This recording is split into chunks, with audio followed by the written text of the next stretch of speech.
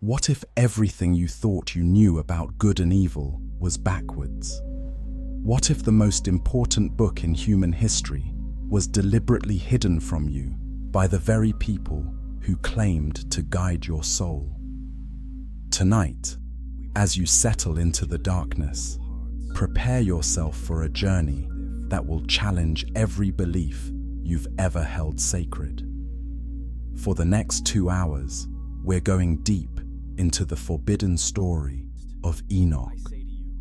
Not the sanitized version they teach in Sunday school, but the raw, controversial truth that made powerful men tremble and burn books in the dead of night. This is the story they never wanted you to hear, about a man who saw too much, knew too much, and left behind secrets so dangerous that entire religions were built to hide them. So dim your lights, get comfortable, and let the gentle rhythm of this ancient mystery carry you through the night. Whether you're seeking rest or revelation, this story will stay with you long after the sun rises. And if you're new to our channel, hit that subscribe button now, because we're about to explore territory that most creators are too afraid to touch. Tell me in the comments where you're listening from tonight and what time it is right now. Are you in a cozy bedroom in London, a dark apartment in New York, a quiet cabin in the mountains? Our community of truth seekers spans the globe, and knowing you're all out there makes these late-night journeys even more meaningful. Now let me ask you something that might keep you awake despite yourself. What if the first murder in human history wasn't random violence, but part of a cosmic plan? What if Cain's bloodline was chosen not for punishment, but for a purpose so profound it would shake heaven itself? Chapter 1. The Forbidden Beginning. Before we dive into Enoch's incredible story, we need to understand something the church has spent centuries trying to make you forget. Enoch wasn't just any man who walked with God. He was born from the bloodline of Cain, the first murderer in human history. Think about that for a moment. The man who would become so righteous that God would take him alive to heaven came from a family cursed by the blood of his brother. This isn't the clean, simple story they teach children. This is messy, complicated, and raises questions that make religious authorities extremely uncomfortable. Why would God choose someone from Cain's line for such incredible honor? What does this tell us about divine justice, forgiveness, and the nature of good and evil itself? The traditional story goes like this. Cain killed Abel, God marked him, and he was sent to wander the earth. End of story, right? Wrong. What they don't tell you is what happened next. Cain didn't just disappear into history. He built cities, started civilizations, and had children who would change the world forever. One of those descendants was Enoch. But here's where it gets really interesting. There were actually 2 Enochs in biblical history. The first was Cain's son, mentioned briefly in Genesis. The second was from the line of Seth, Abel's replacement. Most people think the famous Enoch who walked with God was Seth's descendant. But what if they're wrong? Ancient texts suggest something far more controversial. What if the Enoch who walked with God, who saw heaven and hell, who wrote the forbidden book, was actually from Cain's cursed bloodline? What if God deliberately chose a descendant of the first murderer to be one of his greatest prophets? This would completely flip our understanding of divine justice. It would mean that your past, your family's sins, even murder itself, doesn't disqualify you from God's highest calling. It would mean that redemption is possible for anyone, from any background, no matter how dark their history. But there's more. If Enoch really was from Cain's line, it raises another disturbing question. What if Cain's mark wasn't a curse at all, but a form of protection? What if God was preserving this bloodline for a specific purpose? What if everything we've been taught about good bloodlines and bad bloodlines is backwards? Think about it. Throughout history, some of the most righteous people have come from the most unlikely places. David, the man after God's own heart, came from a line that included prostitutes and foreigners. Jesus himself had ancestors who were murderers, adulterers, and outcasts. Maybe God has a pattern of choosing the rejected, the cursed, the unlikely. Maybe he delights in taking what the world considers worthless and making it precious. If that's true, then Enoch's story becomes even more powerful. He's not just a righteous man who walked with God. He's proof that no one is beyond redemption, no matter what their family has done. But this raises an uncomfortable question for modern believers. If God can choose a descendant of the first murderer to be one of his greatest prophets, what does that say about our own prejudices? What does it say about the way we judge people based on their background, their family, their past mistakes? And here's something that should make you hit that like button right now. If the church has been wrong about Enoch's lineage, what else have they been wrong about? What other truths have been hidden, twisted, or forgotten over the centuries? The story of Enoch challenges everything we think we know about worthiness, holiness, and God's selection process. It suggests that divine favor isn't about being born into the right family or following all the rules. It's about something deeper, something that can exist even in the most unlikely places. As we continue this journey tonight, keep this question in your mind. If Enoch really was from Cain's bloodline, if God really did choose a descendant of the first murderer to be one of his most trusted messengers, what does that mean for you? What does it mean for anyone who's ever felt too broken, too damaged, too far gone to be used by God? But Enoch's controversial origins are just the beginning. Coming up next, we're going to explore why his birth into Cain's family line might have been the very thing that qualified him for his incredible destiny. We'll discover how murder, exile, and curse became the foundation for one of history's most extraordinary spiritual journeys. Chapter 2: The Son of Murder. Now that we've opened the door to this controversial possibility, let's step through it together and explore what it really means that Enoch might have been born from the bloodline of the first murderer. This isn't just ancient history. This is a story that cuts to the heart of every human struggle with guilt, shame, and the question of whether we can ever truly escape our past. Picture this scene. A child is born into a family that carries the weight of the world's first murder. Every lullaby is shadowed by the memory of blood on the ground. Every blessing is whispered with the knowledge that their ancestors' hands were stained red with his brother's life. This is the world Enoch entered. But here's what's fascinating about Cain's descendants.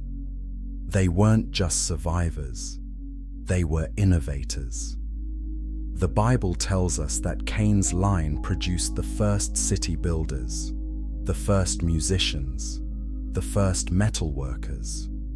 They were creators, inventors, pioneers. They carried within their DNA not just the capacity for violence, but an incredible drive to build, to make, to bring new things into existence. What if this creative power, this ability to see beyond what exists and imagine what could be, is exactly what qualified Enoch for his extraordinary calling? What if God needed someone who inherited the ability to envision the impossible, to see beyond the veil of ordinary reality? Think about what Enoch would eventually accomplish. He would see into heaven itself.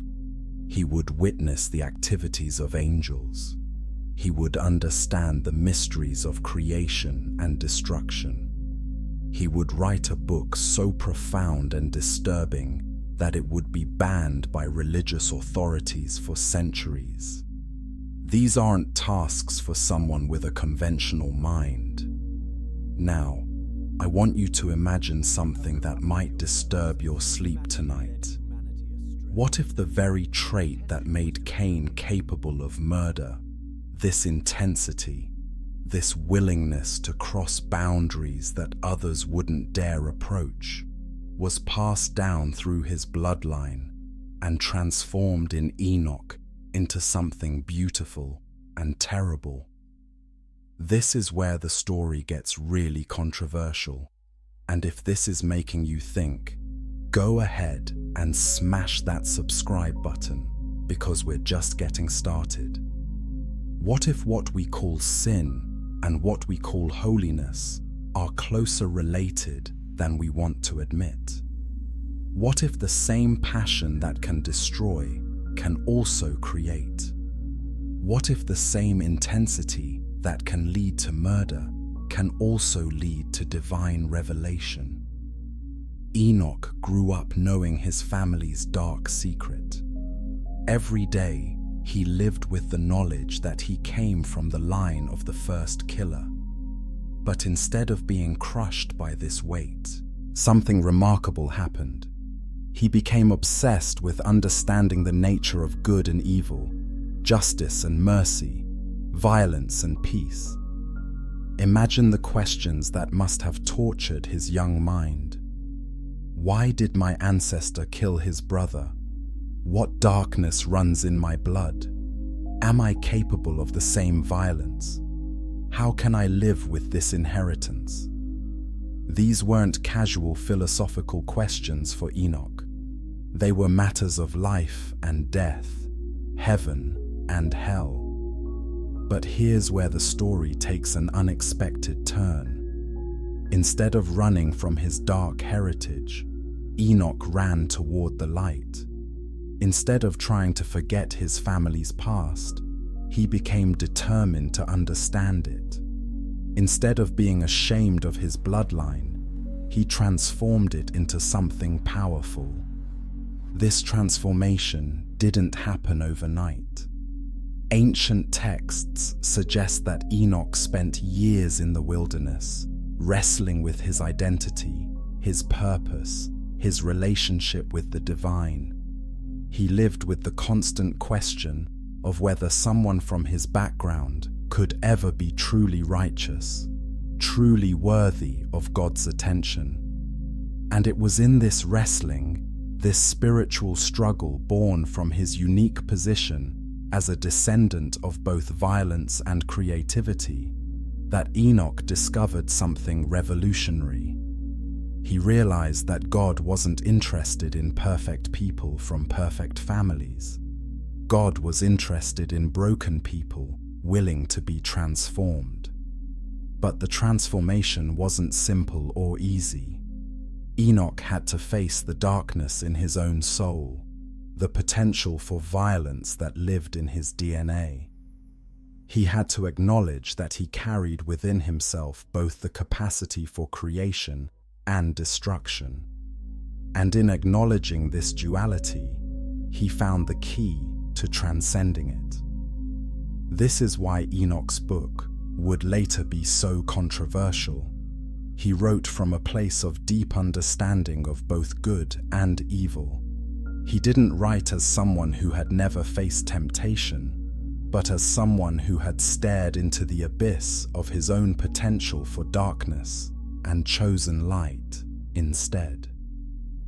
Here's something that should make you comment below with your thoughts. What if the reason Enoch's book was banned wasn't because it was false, but because it was too true?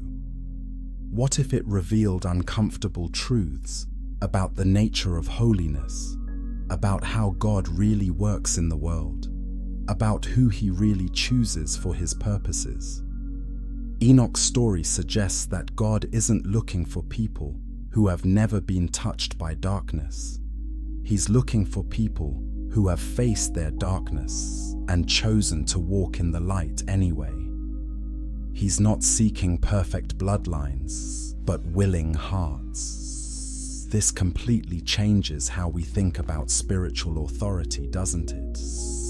If Enoch, one of only 2 people in the Bible taken alive to heaven, was from the cursed line of Cain, what does that say about our own disqualifiers?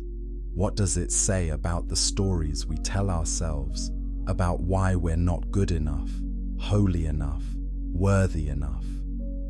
But Enoch's journey from the shadow of murder to the presence of God wasn't just about personal transformation.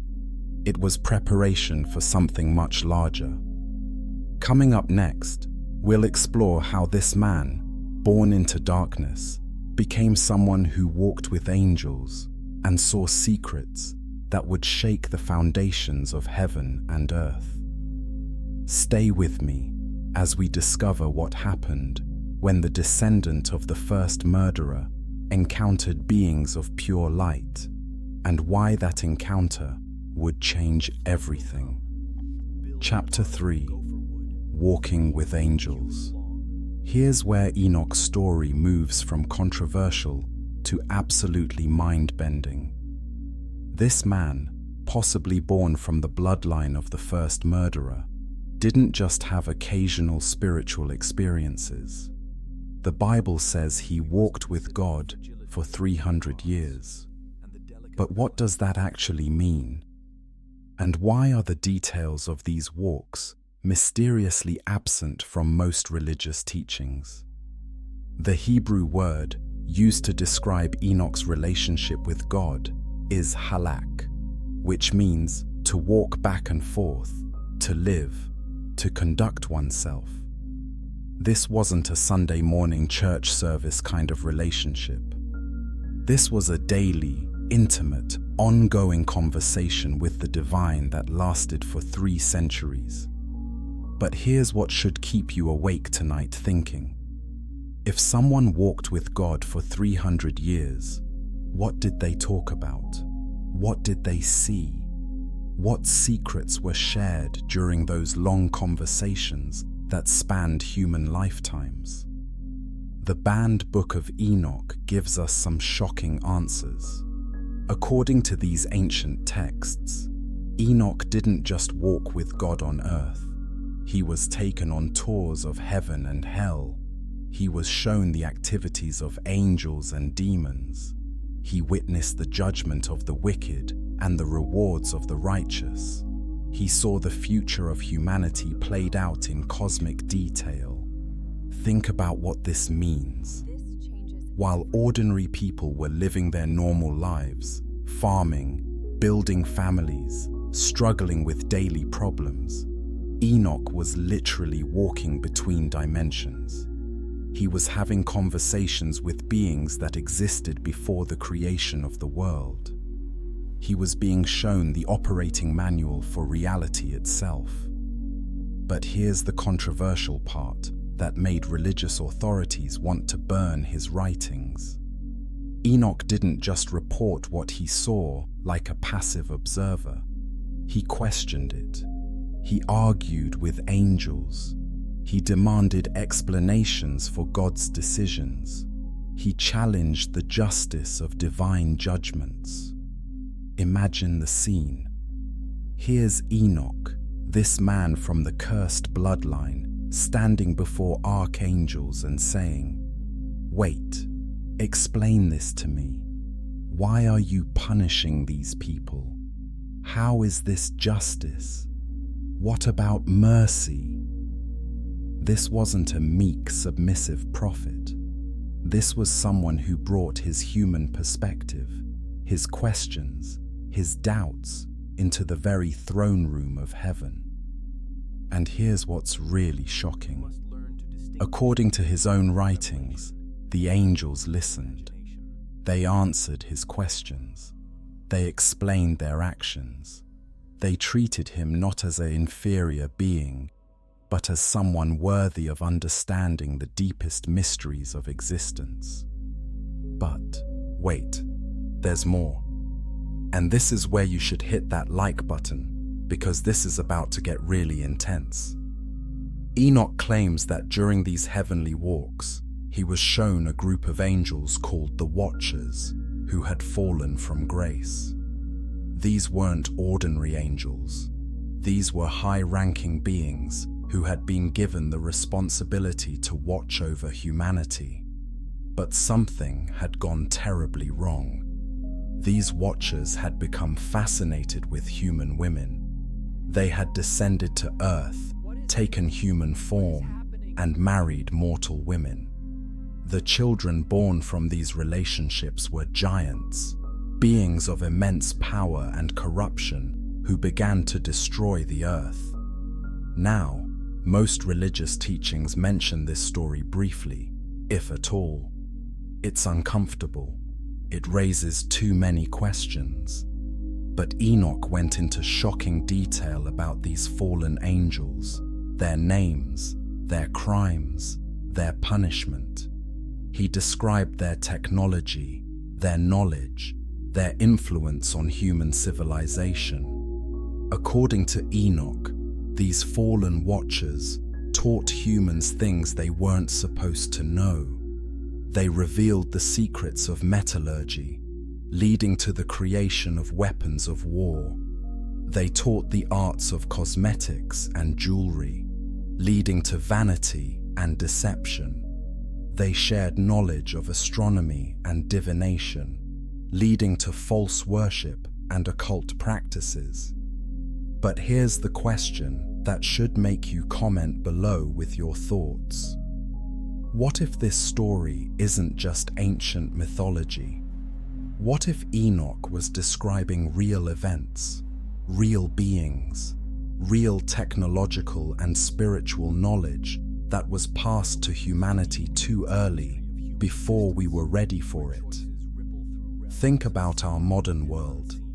We have weapons that can destroy all life on Earth. We have technology that can manipulate reality itself. We have knowledge that can alter human genetics, control weather, read minds. What if all of this traces back to forbidden knowledge originally shared by fallen angels? But Enoch's interactions with angels weren't just about learning cosmic secrets. They were also deeply personal. The angels seemed genuinely interested in his perspective as a human being. They asked him questions about human nature, human struggles, human potential.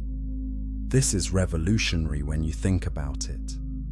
Here are these perfect, eternal beings, and they're curious about the thoughts and feelings of a mortal man from a cursed bloodline.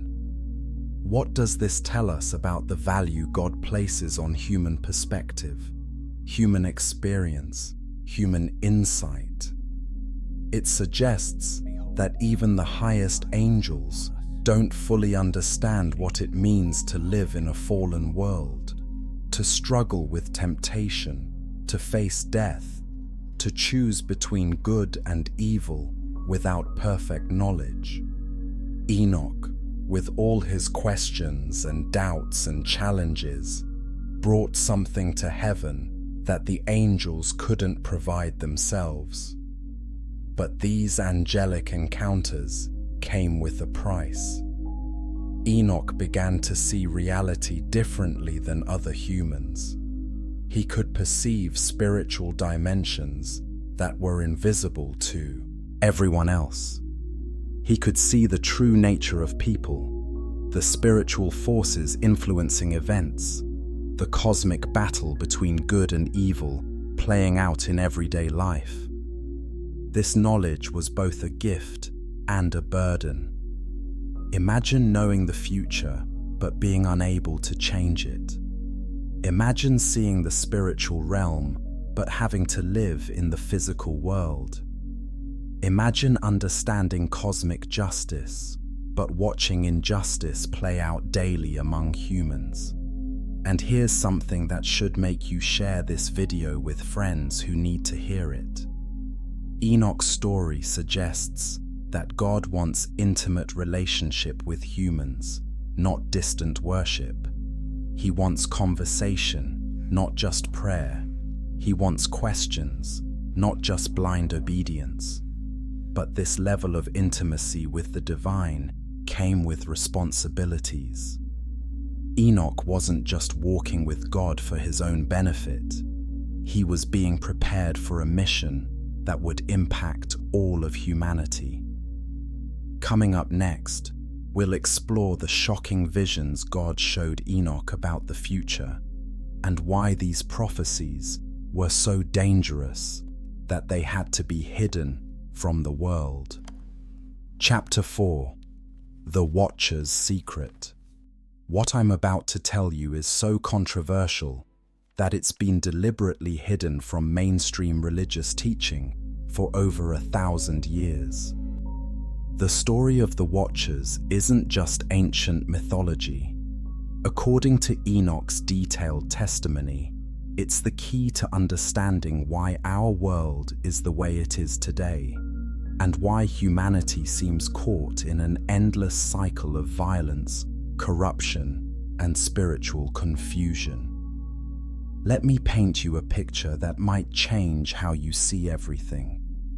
Before the Great Flood, before civilization as we know it, there were beings of incredible power stationed on Earth with a specific mission.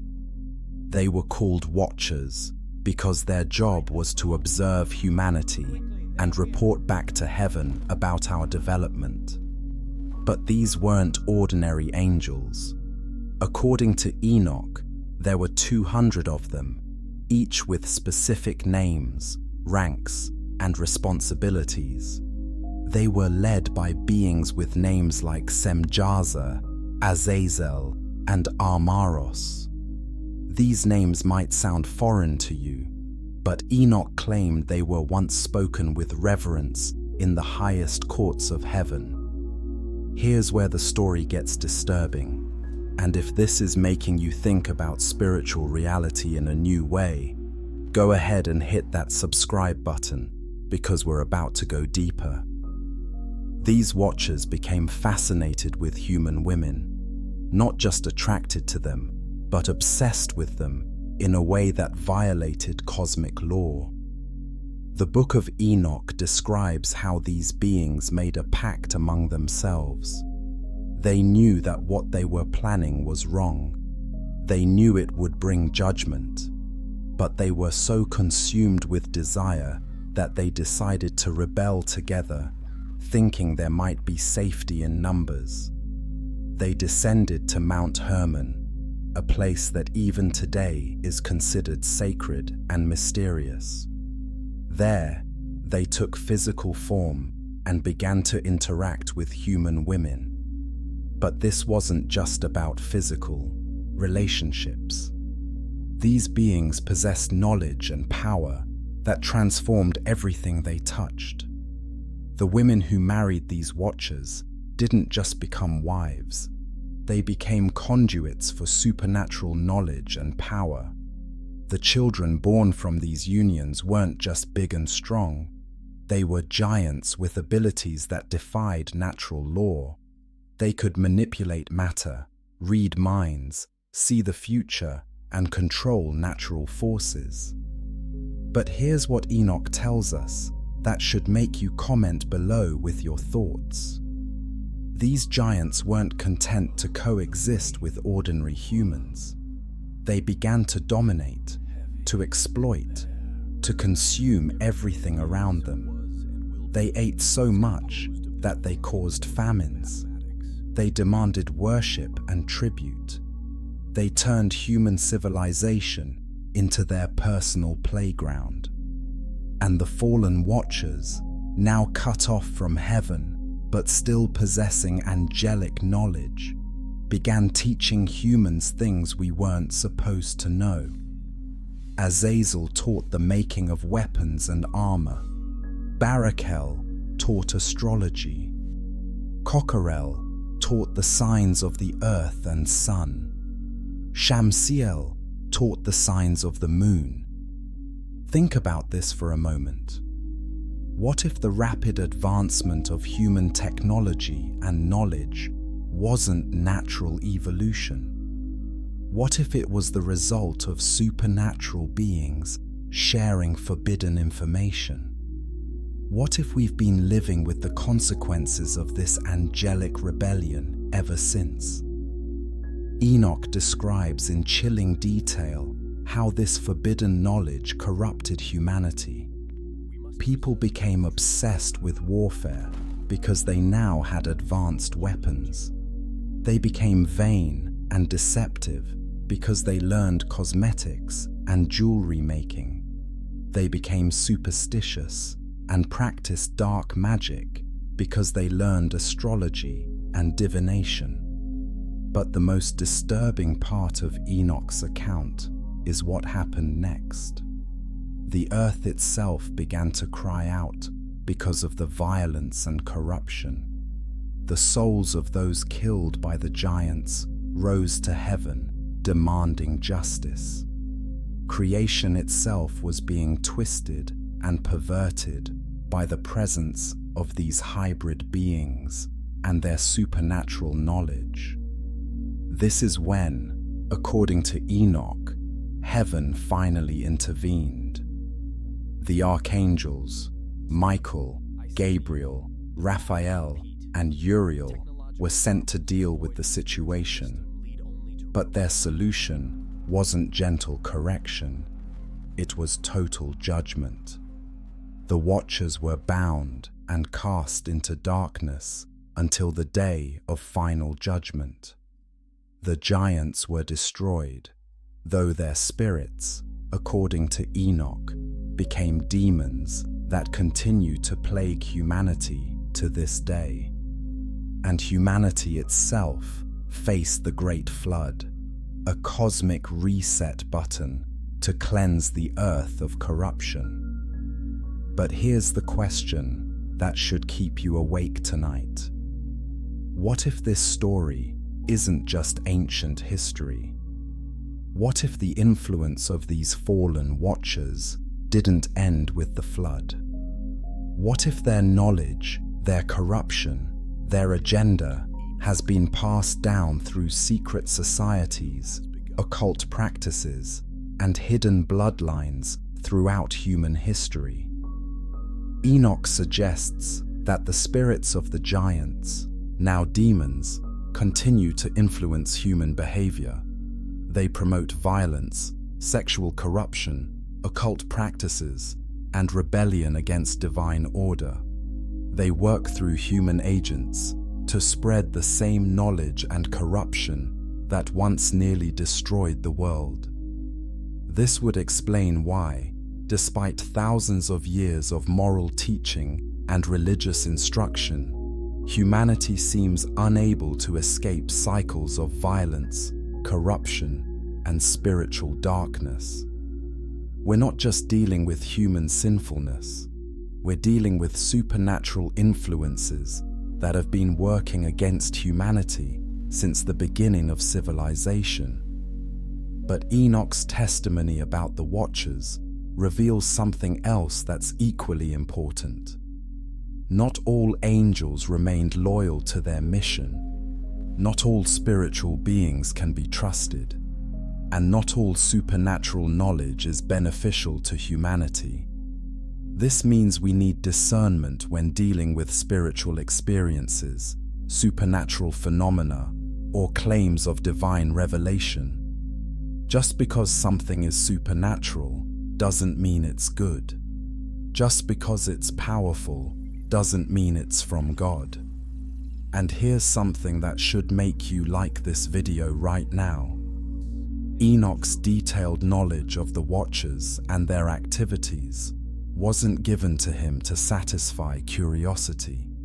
It was given as a warning to future generations about the reality of spiritual warfare and the need to be wise about supernatural influences. But the story of the Watchers is just one part of Enoch's incredible testimony. Coming up next, we'll explore the visions he was shown of heaven and hell, descriptions so vivid and detailed that they challenged everything people thought they knew about the afterlife, and why these revelations were considered too dangerous for ordinary believers to read. Chapter 5. Visions of Heaven and Hell. Prepare yourself for descriptions that will either comfort your soul or disturb your sleep, because what Enoch saw of the afterlife challenges almost everything you've been taught about heaven and hell. These weren't vague spiritual metaphors or symbolic dreams. According to his own testimony, Enoch was given detailed tours of the realms of the dead, and what he discovered there should change how every person lives their daily life. Let me start with something that might shock you. According to Enoch, heaven isn't just one place. He describes multiple heavens, different levels or dimensions of spiritual reality, each with its own purpose, inhabitants, and characteristics. The first heaven is closest to earth and houses the angels who control weather, seasons, and natural phenomena. But it's the higher heavens that get really interesting. In the second heaven, Enoch describes meeting angels who appeared to be in a state of sadness and darkness. When he asked why, they explained that these were angels who had doubted God's judgment and were now suspended between loyalty and rebellion, neither fully fallen nor fully restored. Think about what this means.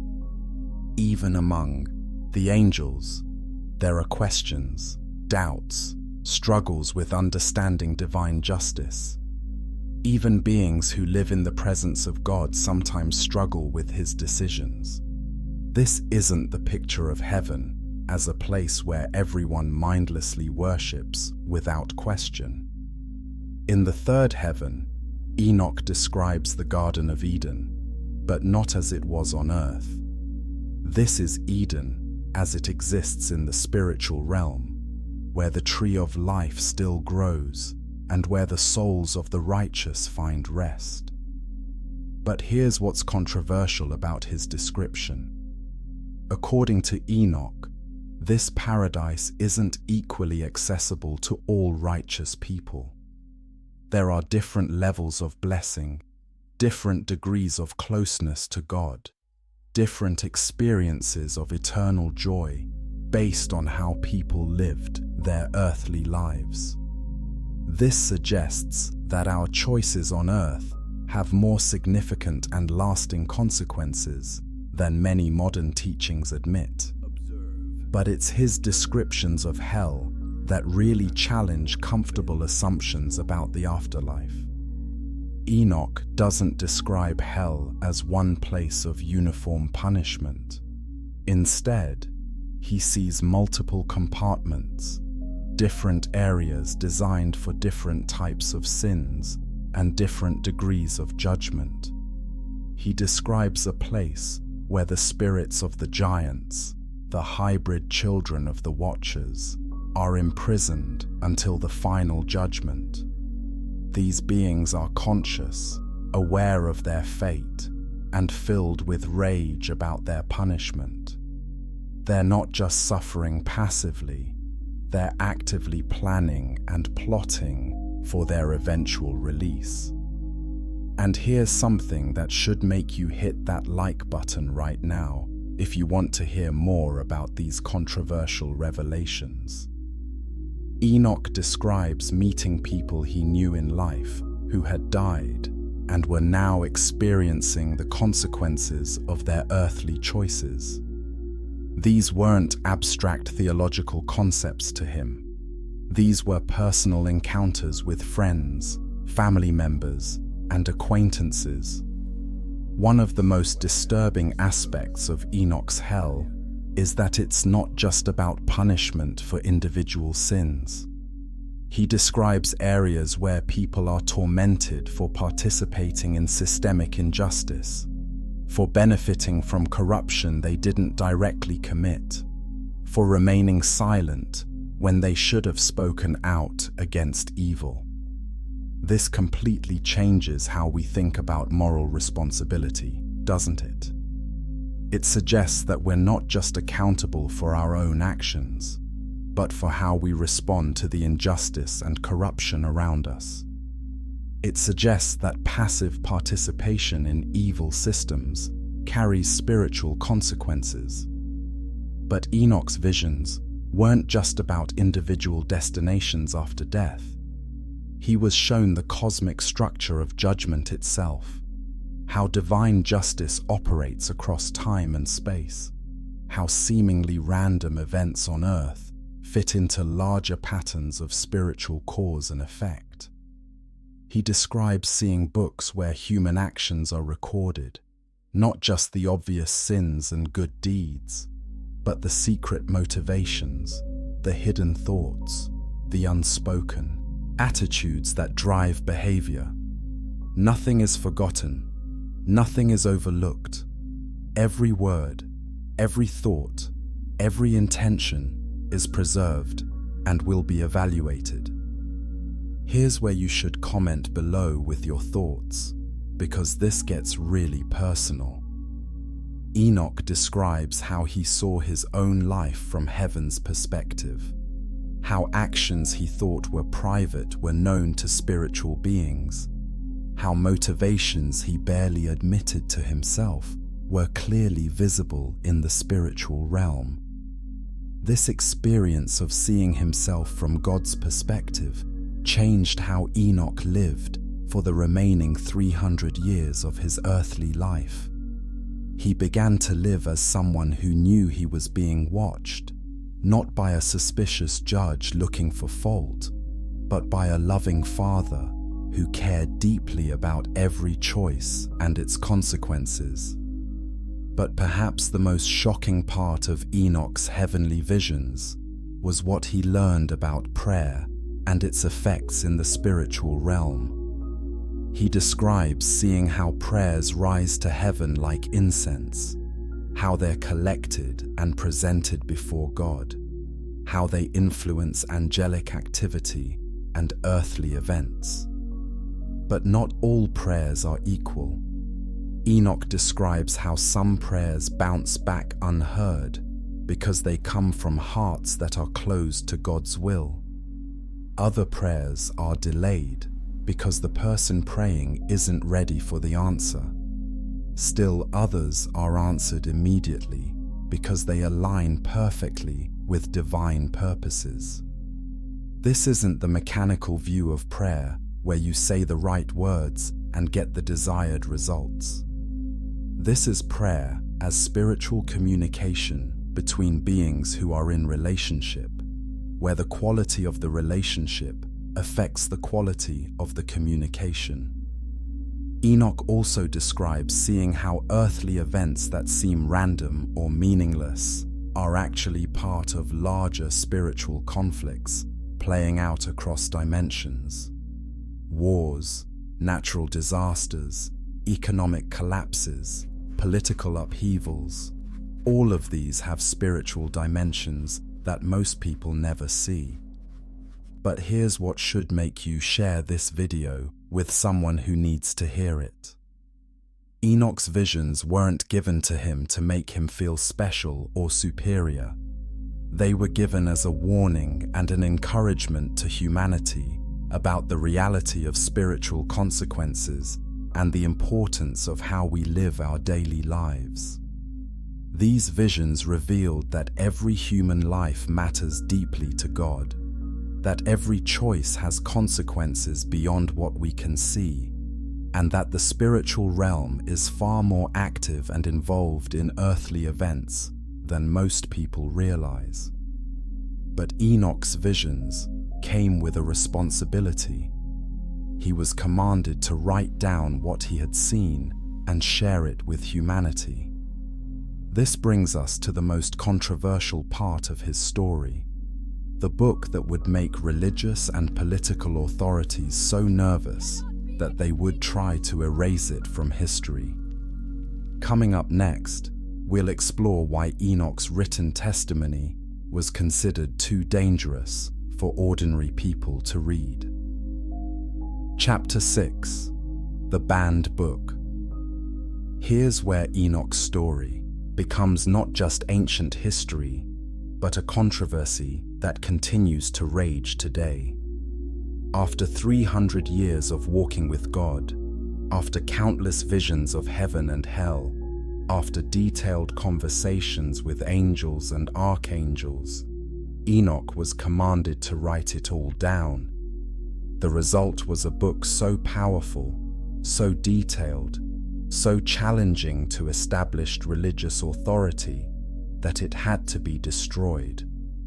But here's the question that should make you subscribe to this channel right now.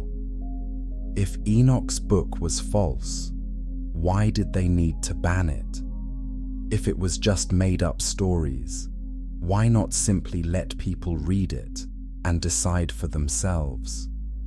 The very fact that powerful religious and political leaders felt threatened enough to systematically destroy these writings suggests they contained truths that couldn't be allowed to spread freely.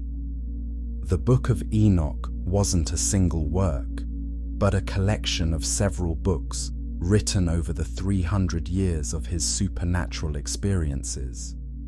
There was the Book of the Watchers, describing the fallen angels and their rebellion. The Book of Parables, containing detailed prophecies about the future. The Astronomical Book, revealing the true structure of time and the calendar. The Book of Dreams, interpreting the spiritual meaning of history. And the Epistle of Enoch, his final warnings to humanity. Each of these books contained information that challenged the power structures of its time.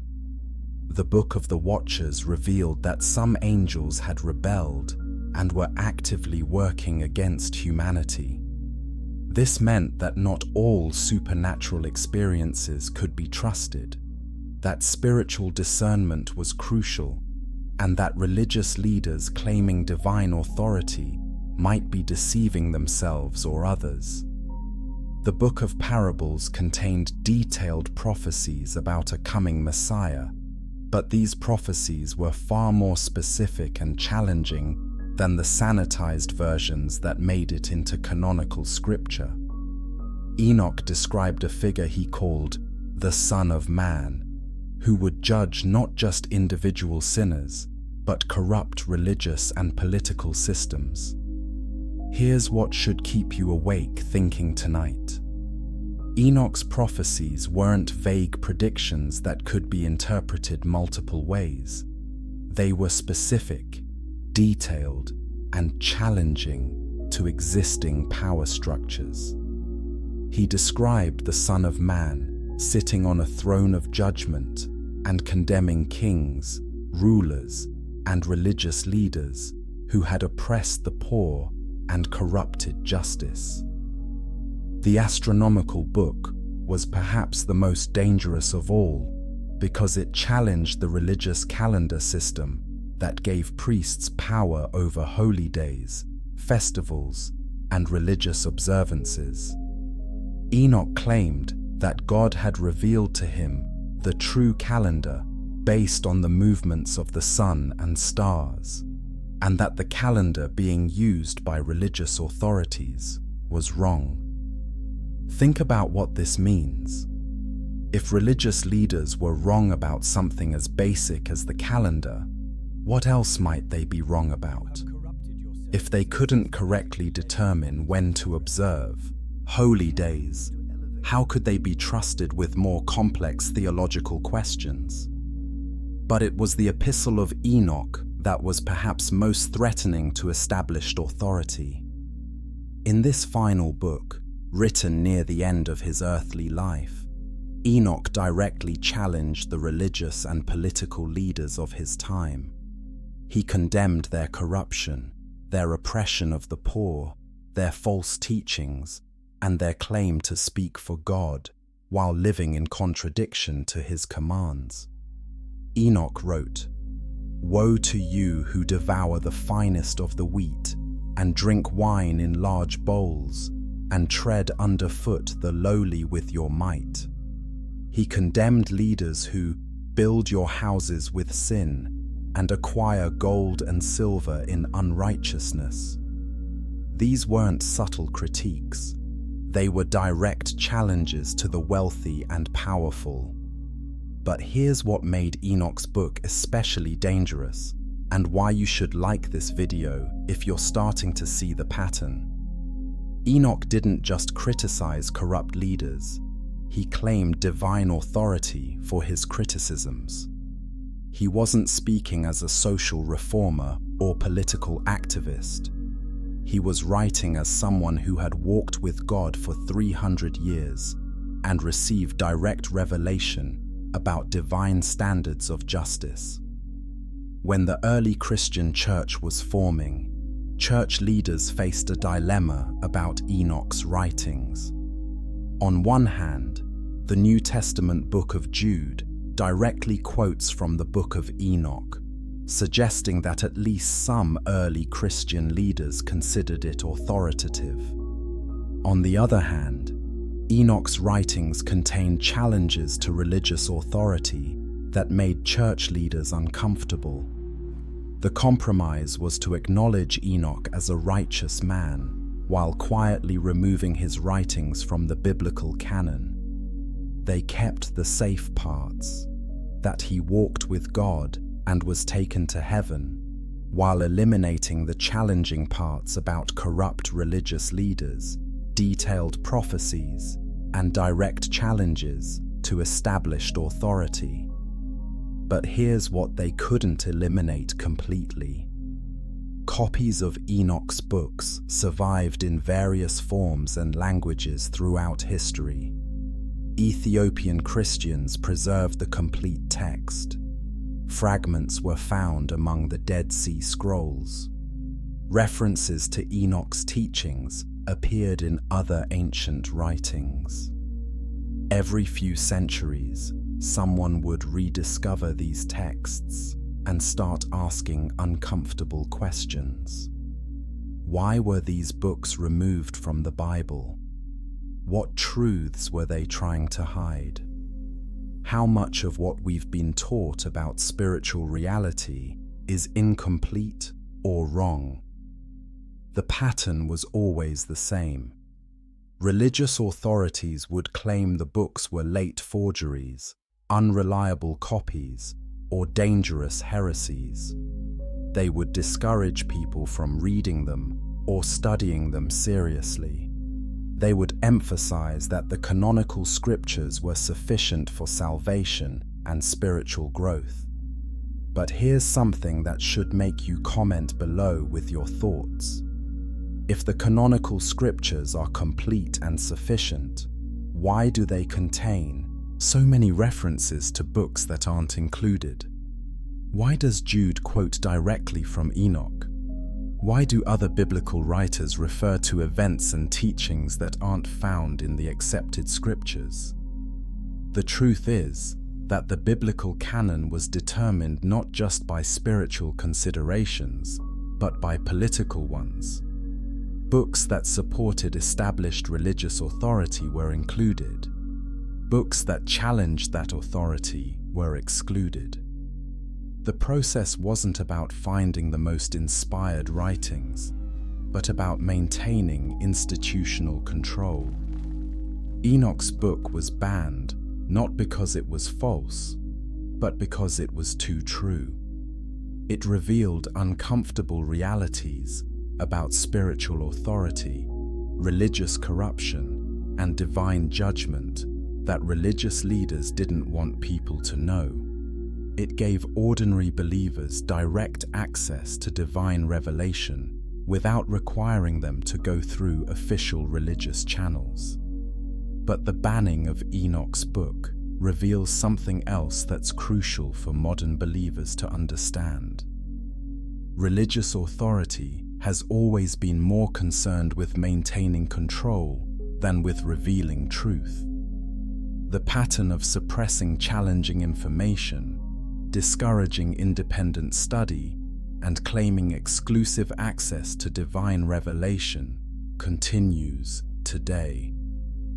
Coming up next, we'll explore the specific prophecies in Enoch's book that were so accurate and so threatening that they couldn't be allowed to remain in circulation. These weren't vague predictions about the future. They were detailed descriptions of events that would challenge everything people thought they knew about God's plans for humanity. Chapter 7. Prophecies. They feared. What I'm about to share with you contains prophecies so specific, so detailed, and so challenging to comfortable religious assumptions that they had to be hidden from the general population for over 1,000 years. These weren't vague predictions that could be interpreted multiple ways. They were precise descriptions of future events that would completely overturn existing power structures and reveal the true nature of divine justice. Let me start with the prophecy that probably scared religious authorities more than any other. Enoch predicted the coming of a figure he called the Son of Man, who would sit on the throne of his glory and judge not just individual sinners, but entire systems of religious and political power. But here's what made this prophecy so threatening. And if this is opening your eyes to hidden truths, go ahead and hit that subscribe button. Enoch described this Son of Man as someone who would judge kings, rulers, and religious leaders specifically for their oppression of the poor and their corruption of justice. This wasn't a gentle savior who would work within existing systems. This was a revolutionary figure who would completely overturn them. Enoch wrote, "And he sat on the throne of his glory, and the sum of judgment was given unto the Son of Man, and he caused the sinners to pass away and be destroyed from off the face of the earth, and those who have led the world astray." Notice he didn't say individual sinners would be judged. He said those who have led the world astray, religious and political leaders who had corrupted entire systems. But the details get even more specific and disturbing for those in power. Enoch described how this Son of Man would expose the secret sins of rulers, reveal their hidden corruption, and make public the private conversations where they plan to exploit and oppress their people.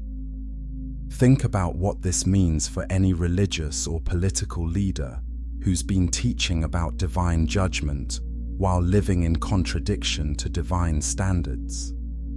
According to Enoch's prophecy, nothing will remain hidden. Every secret will be exposed. Every hidden motive will be revealed.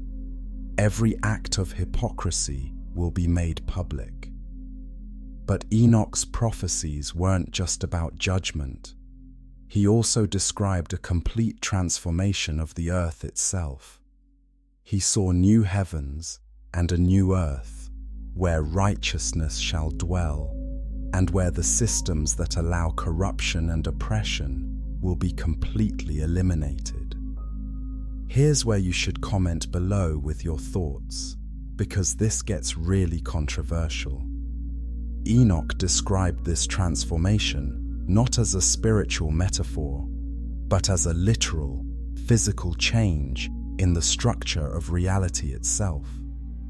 He saw the earth renewed, human nature transformed, and the influence of fallen angels permanently ended. This wasn't the gradual improvement that many religious teachings promise. This was a complete cosmic reset, a total transformation that would eliminate not just individual sin, but the very systems and structures that make large-scale sin possible. But perhaps the most threatening aspect of Enoch's prophecies was what he said about religious institutions themselves. He predicted that the very organizations claiming to represent God would become sources of corruption and oppression. He saw religious leaders who would devour the sheep while claiming to protect them. Enoch wrote, "Woe to the shepherds who destroy and scatter the sheep of their pasture."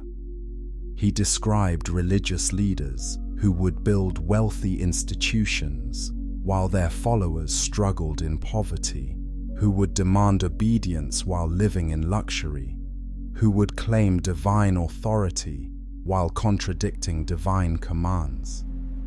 These prophecies were so accurate in describing the future corruption of organized religion that church leaders couldn't allow them to remain in circulation. They revealed too clearly the gap between religious claims and religious reality. But Enoch's prophecies also contained hope for ordinary people. He described a time when divine truth would be revealed directly to individuals, when people wouldn't need to depend on religious institutions for access to God, when the knowledge of the Lord would cover the earth as the waters cover the sea. This is revolutionary when you think about it. Enoch predicted the democratization of divine revelation, a time when ordinary people would have direct access to spiritual truth without needing permission from religious authorities. This threatened the very foundation of institutional religious power. And here's something that should make you like this video right now. Many of Enoch's prophecies about the spread of knowledge, the exposure of secrets, and the direct access to information sound remarkably like our modern internet age. What if we're living in the time when these ancient prophecies are beginning to be fulfilled? But Enoch didn't just predict the exposure of corruption. He also described the cosmic consequences of humanity's choices. He saw how human actions affect not just earthly events, but the entire spiritual realm. He described how sin and righteousness have ripple effects that extend across dimensions and through time. According to Enoch, every act of injustice weakens the spiritual foundations of reality itself. Every act of righteousness strengthens them.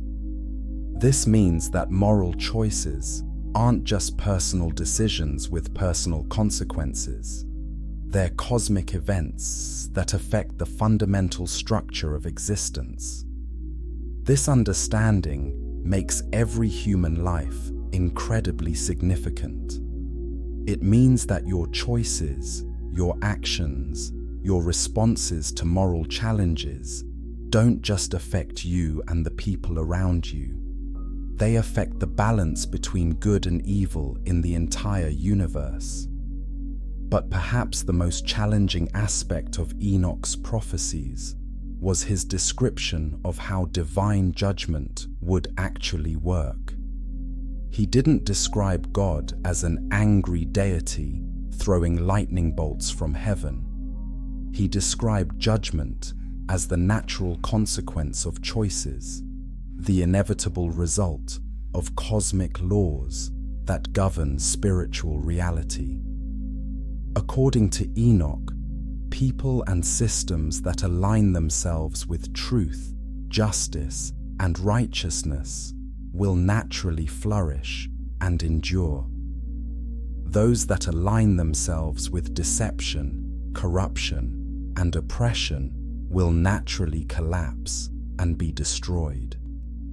God doesn't have to actively punish evil. Evil contains the seeds of its own destruction.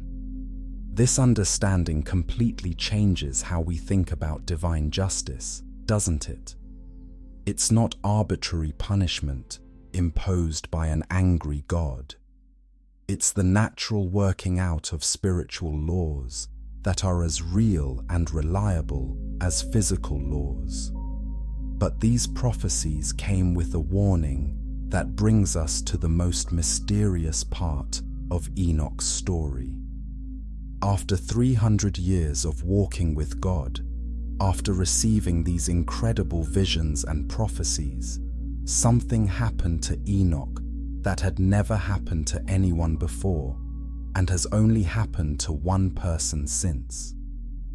Coming up next, we'll explore Enoch's mysterious disappearance and why this event was so significant that it's still discussed and debated thousands of years later. Chapter 8: The Great Disappearance. Here's where Enoch's story moves beyond controversial into the realm of the absolutely impossible. After 300 years of walking with God, after writing down prophecies that would challenge human civilization for millennia, Enoch simply vanished. Not died, not was buried, not left behind a body. He was gone. The Bible records this event in one of the most mysterious and understated verses in all of Scripture.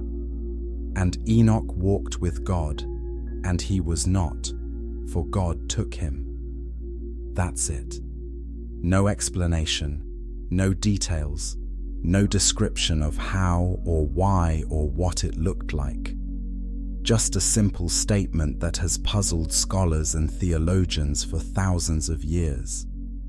But here's what should make you hit that subscribe button right now, because we're about to explore territory that most people are afraid to discuss.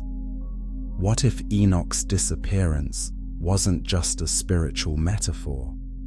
What if a human being literally vanished from the earth, taken alive into another dimension, transported beyond the reach of death itself?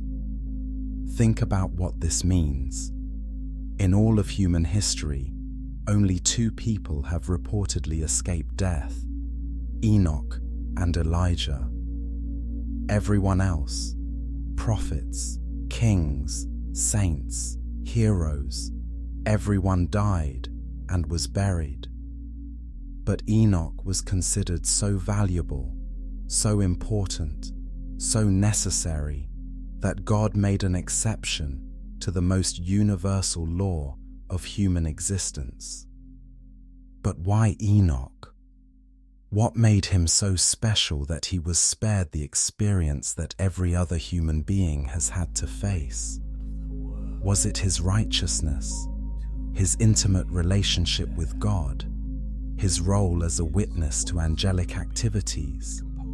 Or was there something else, something more specific about his mission that required him to remain alive? Here's where it gets really mysterious, and you should comment below with your thoughts about this. According to ancient Jewish and Christian traditions, Enoch didn't just disappear. He was transformed. He was changed from a mortal human being into something else, something that could exist in both earthly and heavenly dimensions. The ancient Book of Jubilees describes Enoch as being taken to the Garden of Eden, where he serves as a witness and recorder of human activities. Other traditions place him in the highest heaven, where he continues his role as a scribe and interpreter of divine will. Still others suggest he was transformed into the archangel Metatron, the highest of all angels, known as the voice of God. But here's what's really disturbing about these traditions. They suggest that Enoch's disappearance wasn't the end of his earthly involvement. It was the beginning of a new phase of his mission. They claim he continues to be active in human affairs, working behind the scenes to fulfill the prophecies he recorded during his earthly life. This raises questions that should keep you awake tonight thinking. If Enoch was transformed rather than simply taken to heaven, if he remains active in earthly affairs, what role is he playing in current events? How might he be working to fulfill his own prophecies about the exposure of corruption and the establishment of divine justice? Some traditions claim that Enoch will return to Earth in human form during the end times, possibly as one of the two witnesses described in the Book of Revelation. These witnesses are said to have power over the elements, the ability to shut up heaven so it doesn't rain, and the authority to call down plagues on the earth. Think about it. Who would be better qualified for such a mission than someone who had already walked with God for 300 years, who had received detailed visions of heaven and hell, who had written prophecies about the final judgment, and who had been preserved alive through all the centuries of human history? But here's what makes Enoch's disappearance especially significant, and why you should like this video if you're starting to see the bigger picture. It proves that death is not inevitable. It demonstrates that physical transformation is possible. It shows that the boundary between earthly and heavenly existence can be crossed. This has profound implications for how we understand human potential, doesn't it?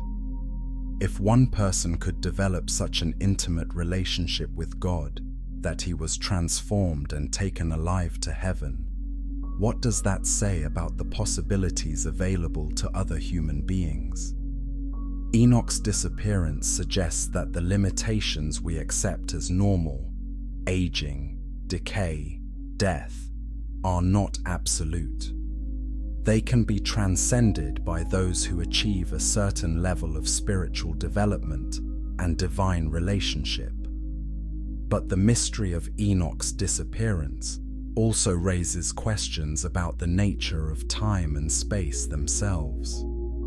If God could simply remove someone from the earth and transport them to another dimension, what does this tell us about the structure of reality? Modern physics talks about multiple dimensions, parallel universes, the possibility of travel through time and space in ways that seem impossible according to our normal experience. What if Enoch's disappearance was an early demonstration of spiritual technologies that transcend our current understanding of physical law? Here's something that should make you share this video with someone who needs to hear it. Enoch's story suggests that reality is far more flexible, far more mysterious, far more full of possibilities than most people imagine. The boundaries we think are fixed, between life and death, earth and heaven, time and eternity, may be much more permeable than we realize. But Enoch's disappearance wasn't just about demonstrating divine power. It was also about preserving a witness, someone who had seen the pre-flood world, who had witnessed the activities of fallen angels, who had received detailed visions of God's plans for humanity, needed to be preserved to testify about these things in the future. This suggests that Enoch's mission wasn't complete when he disappeared. It was just entering a new phase. He had spent 300 years gathering information, receiving revelations, and recording prophecies. Now he needed to be preserved to see how those prophecies would unfold and to play a role in their fulfillment. But here's the question that connects Enoch's ancient disappearance to modern times. If he really was preserved alive, if he really has been watching human history unfold for all these centuries, what does he think about what he sees today? How does our modern world compare to the corruption he witnessed before the flood? And if the prophecies he recorded thousands of years ago are beginning to be fulfilled in our time, if we really are living in the days when secrets will be exposed and corrupt systems will be overthrown, then Enoch's role in current events may be more significant than most people realize. Coming up next, we'll explore the hidden discoveries that suggest Enoch's influence on human history didn't end with his disappearance, and why modern archaeological findings are making his ancient testimony more relevant than ever. Chapter 9: Hidden Discoveries. What I'm about to share with you will connect ancient mysteries to modern discoveries in ways that might completely change how you see both history and current events. For centuries, Enoch's story was dismissed as mythology, his writings ignored as late forgeries, his influence on human civilization forgotten or denied. But recent archaeological discoveries are revealing that his impact on human knowledge and culture was far greater than anyone imagined. Let me start with something that should make you subscribe right now if you're interested in hidden history. In 1947, a Bedouin shepherd looking for a lost goat near the Dead Sea stumbled upon caves containing the most significant archaeological discovery of the 20th century. Among the Dead Sea Scrolls were multiple copies of the Book of Enoch, proving that his writings were not late forgeries, but ancient texts that were carefully preserved and studied by Jewish communities right up to the time of Jesus. But here's what's really shocking about this discovery. The Enoch texts found at Qumran weren't just copies of his writings.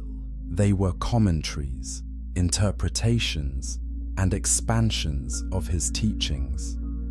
This proves that Enoch's influence on Jewish thought was far greater than mainstream religious history admits.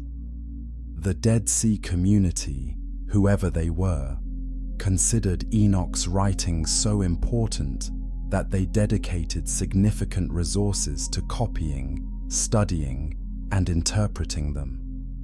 They saw his visions of heaven and hell, his prophecies about the Son of Man, his warnings about corrupt religious leaders as essential for understanding their own times. But the Dead Sea Scrolls aren't the only modern discovery that's validating Enoch's ancient testimony. Archaeological excavations throughout the Middle East have uncovered evidence of the advanced pre-flood civilization that Enoch described, including megalithic structures that required engineering knowledge we're only beginning to understand today. Think about this for a moment. Enoch wrote about a time when human civilization had advanced technology, when giants with supernatural abilities dominated the earth. when fallen angels shared forbidden knowledge with humanity. For centuries, this was dismissed as fantasy. But modern archaeology is revealing that pre-flood civilizations were far more advanced than we previously believed. Sites like Göbekli Tepe in Turkey, built over 11,000 years ago, demonstrate engineering and astronomical knowledge that challenges everything we thought we knew about early human capabilities. The precision of the construction, the sophistication of the carvings, the alignment with celestial bodies, all of this suggests that ancient peoples had access to knowledge that was supposedly developed much later in human history. And here's where you should comment below with your thoughts, because this gets really controversial. What if these archaeological discoveries are validating Enoch's testimony about fallen angels sharing advanced knowledge with pre-flood humanity? What if the rapid advancement of ancient civilizations wasn't natural evolution, but the result of supernatural intervention? But the archaeological evidence goes deeper. Excavations at sites throughout the ancient Near East have uncovered evidence of massive destruction layers that correspond to the time period when Enoch said divine judgment would fall on the corrupt pre-flood world. These aren't gradual changes over time. They're sudden, catastrophic destruction events that wiped out entire civilizations. The flood layers, the evidence of massive fires, the sudden disappearance of advanced cultures, all of this matches Enoch's description of divine judgment falling on a world that had been corrupted by the influence of fallen angels and their giant offspring. But here's what's even more significant about these discoveries. They're not just validating Enoch's historical testimony. They're also validating his prophetic warnings about patterns of corruption and judgment that repeat throughout human history. Modern genetic research has uncovered another piece of evidence that connects to Enoch's testimony. Studies of ancient DNA have revealed that there were indeed populations of unusually large people in the ancient world, and that these populations had genetic characteristics that don't match normal human variation. Now, I'm not saying this proves the existence of angel-human hybrids, but it does show that Enoch's descriptions of giants with unusual characteristics weren't just made-up stories. There really were populations of people in the ancient world who were physically different from the norm. But perhaps the most significant modern validation of Enoch's testimony comes from the field of astronomy. Enoch claimed that God had revealed to him the true structure of the calendar based on the movements of the sun, moon, and stars. For centuries, this was dismissed as primitive superstition. But modern astronomical calculations have proven that Enoch's calendar was remarkably accurate.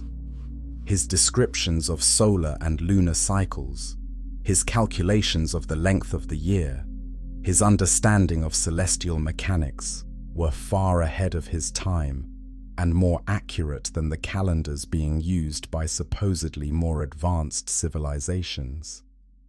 This raises a disturbing question, and you should like this video if you're starting to see the pattern. If Enoch had access to accurate astronomical knowledge that wasn't rediscovered until modern times, where did he get this information? How could someone living thousands of years ago understand celestial mechanics better than civilizations with more advanced mathematics and observational tools? The obvious answer, according to Enoch himself, is that this knowledge was revealed to him during his walks with God and his tours of heaven. He claimed that angels showed him the true structure of time and space, the real mechanics of celestial movements, the actual calendar that governs cosmic events. But here's what makes this even more relevant to our current situation. Enoch's accurate knowledge of astronomy wasn't just about calculating dates and seasons. It was connected to his prophecies about the timing of future events, the connection between celestial movements and earthly happenings, the role of cosmic cycles in the unfolding of divine judgment. If Enoch's astronomical knowledge was accurate, and if it was connected to his prophetic knowledge, then we need to pay attention to what his calculations tell us about our current time period. Are we living in a time when his ancient prophecies are beginning to be fulfilled? Modern discoveries in physics are also validating aspects of Enoch's testimony that were previously dismissed as impossible. His descriptions of multiple dimensions, of beings who could move between physical and spiritual realms, of technologies that could manipulate matter and energy. These concepts are now being seriously discussed by quantum physicists and theoretical scientists. What seemed like fantasy to previous generations is now recognized as theoretically possible, according to our current understanding of the nature of reality. This doesn't prove that Enoch's specific claims are true, but it does show that they're not as impossible as people once thought. But perhaps the most significant validation of Enoch's testimony is happening right now in our modern world. His prophecies about the exposure of hidden corruption, the revelation of secret activities, the collapse of systems built on deception. These predictions are being fulfilled through modern technology and communication systems in ways that would have been impossible in any previous generation. Coming up next, we'll explore how Enoch's ancient prophecies are being fulfilled in our modern world, and why his warnings about spiritual warfare and divine judgment are more relevant today than they've ever been. Chapter 10: Modern Mysteries. As we reach the end of our journey through Enoch's forbidden story, we need to confront a question that might disturb your comfortable assumptions about spiritual reality. What if this ancient man's warnings about fallen angels, corrupt systems, and divine judgment aren't just historical curiosities? What if they're urgent messages for our time, and we're living in the very days he prophesied about thousands of years ago?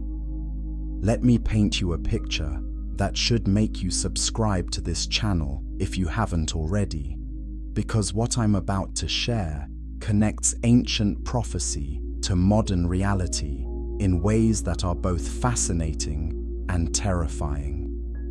Enoch predicted a time when hidden knowledge would be revealed, when secrets would be exposed, when corrupt systems would be overthrown by the power of truth itself. Look around our modern world. We're living in an age when information that was hidden for centuries is becoming available to ordinary people. Ancient texts are being digitized and made accessible online. Archaeological discoveries are challenging established historical narratives. Scientific research is revealing uncomfortable truths about institutions we were taught to trust. The internet, social media, citizen journalism, all of these technologies are fulfilling Enoch's prophecy about the democratization of knowledge. No longer can powerful institutions control what information people have access to. No longer can corrupt leaders hide their activities behind walls of secrecy and propaganda. But here's where it gets really controversial, and you should comment below with your thoughts about this. What if the rapid advancement of technology in our time isn't just human innovation? What if we're witnessing the return of the same kind of supernatural knowledge sharing that Enoch described in the pre-flood world? Think about how quickly our technological capabilities have advanced in just the past few decades. We've gone from basic computers to artificial intelligence that can think and create. We've developed genetic engineering that can alter the fundamental building blocks of life. We've created weapons that can destroy all life on Earth. We've built communication systems that connect every person on the planet. This sounds remarkably similar to what Enoch described in the pre-flood world, when fallen angels shared advanced knowledge with humanity, leading to rapid technological development that ultimately resulted in corruption and judgment. Are we repeating the same patterns that led to the Great Flood? Are we once again receiving knowledge that we're not spiritually mature enough to handle responsibly? But there's another aspect of Enoch's prophecies that's being fulfilled in our time that should make you like this video right now. He predicted that corrupt religious and political systems would be exposed and overthrown, not by human revolution, but by the power of truth itself. We're witnessing the collapse of institutions that once seemed unshakable.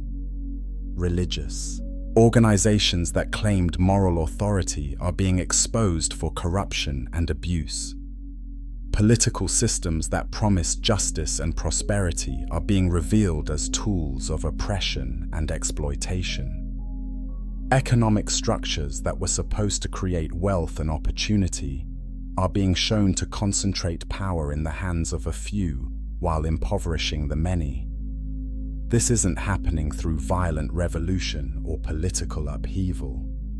It's happening through the exposure of truth, the revelation of secrets, the collapse of systems that were built on deception and maintained by ignorance.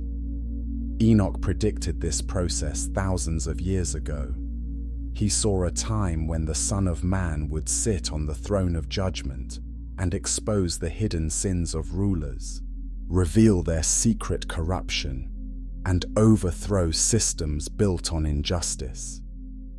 But here's what's most significant about our current situation. Enoch didn't just predict the exposure of corruption, he also predicted the spiritual consequences of living in such a time. He warned about increased demonic activity, supernatural deception, and spiritual warfare that would affect every aspect of human life. Look at our modern world through this lens. Mental health crises are at epidemic levels. Addiction, depression, anxiety, and suicide rates are skyrocketing. People are increasingly disconnected from meaning, purpose, and genuine community. Despite having more knowledge, technology, and material prosperity than any generation in history, we're also more confused, isolated, and spiritually empty than ever before. According to Enoch's testimony, this isn't coincidence. He described how the spirits of the giants, the offspring of fallen angels and human women, would continue to plague humanity as demons, promoting spiritual confusion, moral corruption, and psychological torment. He also warned about the return of conditions similar to those in the pre-flood world, when supernatural beings would once again directly interfere in human affairs, sharing forbidden knowledge and corrupting human nature itself. Here's where you should share this video with someone who needs to hear it, because this message is more urgent than most people realize. If Enoch's prophecies are being fulfilled in our time, if we really are living in days similar to those before the flood, then his warnings about spiritual discernment and preparation become incredibly relevant. Enoch didn't just predict judgment and destruction. He also provided guidance for how righteous people could navigate these challenging times. He emphasized the importance of walking closely with God, developing spiritual discernment, maintaining moral integrity even when surrounded by corruption, and preparing for spiritual warfare. But perhaps most importantly, Enoch's story provides hope. He proved that it's possible to live righteously even in the most corrupt times. He demonstrated that intimate relationship with God is available to anyone, regardless of their background or circumstances. He showed that divine protection and guidance are real for those who seek them sincerely. His own transformation and disappearance prove that physical limitations can be transcended, that death is not inevitable, that human potential extends far beyond what most people imagine. If we really are living in the days that Enoch prophesied about, then his example becomes a roadmap for how to not just survive, but thrive in challenging times. His writings become not just historical curiosities, but practical guidance for spiritual warfare and moral navigation in a corrupt world.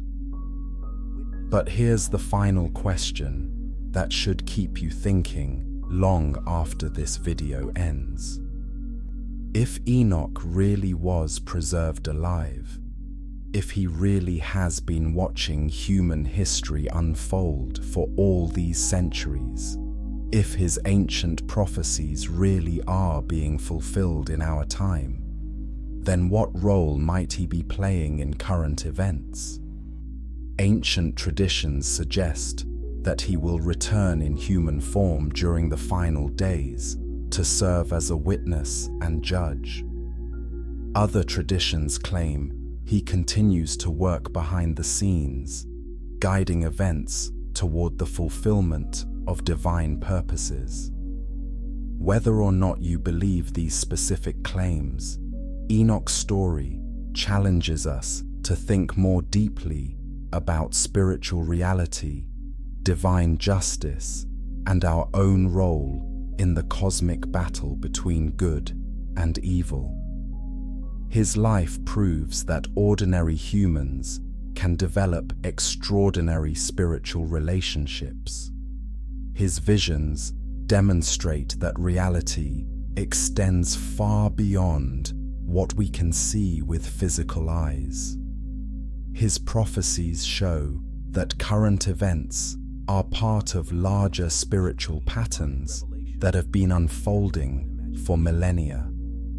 And his ultimate fate, transformation and translation to another dimension, reminds us that the limitations we accept as normal may not be as fixed as we imagine. As you drift off to sleep tonight, carry with you the memory of a man who refused to accept the boundaries of ordinary human experience.